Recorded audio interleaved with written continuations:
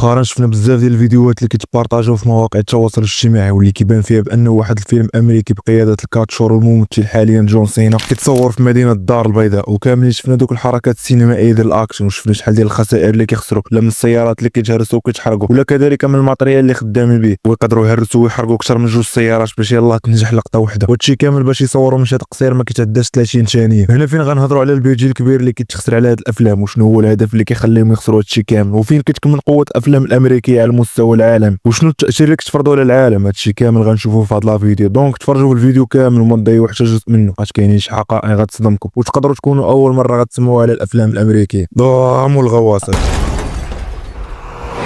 كيف ما كتعرفوا دائما الافلام الامريكيه كتميز بلقطات ديال الاكشن والسرعه وسباق السيارات الفخمه زائد المطاردات والمعارك والانفجارات، وكتميزوا الافلام الامريكيه كذلك بالشخصيات البطوليه المعروفه على الصعيد العالمي زائد التنوع في السيناريوهات والاماكن، اي انه تقدر تشوف فيلم امريكي كيتصور في اكثر من دوله ومدينه، الشيء اللي كيخلي الفيلم يطلع بواحد الميزانيه ضخمه. وملي كندويو على الارقام في صناعه الافلام الامريكيه فراه كتقدر توصل في بعض الافلام كمثال هوليوود لحتى المليون دولار، وكمثال حي فيلم افنجرز اللي وصلت الميزانيه ديالو 356 مليون دولار، وهذا الرقم اللي ماشي عادي، بل انه يقدر يكون ميزانيه ديال دوله في افريقيا، وهذا الشيء اللي كيخلي الافلام الامريكيه هي الاكثر ابهارا وجوده في العالم. ولكن شنو الاسباب اللي كترفع التكلفه لهذ الدرجه؟ اول حاجه المؤثرات البصريه والتقنيات المتطوره اللي كيعتمدوها في التصوير، ودابا حاليا ولاو كيستعملوا الذكاء الاصطناعي وتقنيات التصوير ثلاثي الابعاد باش يخلقوا مشاهد واقعيه ومبهره، وهذا الشيء كيتطلب فرق ضخمه ديال المهندسين والمبرمجين اللي كيخدموا لشهور او حتى لسنوات على مشهد واحد. ثاني حاجه هي الاجور ديال النجوم الكبار بحال ليوناردو دي كابريو، داوين جونسون او روبرت داوني جونيور اللي كيوصلوا لملايين الدولارات على كل فيلم. وطبعا المخرجين بحال كريستوفر نولان او جيمس كاميرون عندهم اجر مرتفع بزاف حيت هما اللي كيصنعوا الرؤيه الفنيه للفيلم. ثالث حاجه هي الترويج والتسويق، الفيلم ماشي غير كيتصور وصافي بل خاصو حملات اعلانيه ضخمه كتشمل الاعلانات التلفزيونيه والسوشيال ميديا. وهنا فين غنوضح واحد النقطه، حيت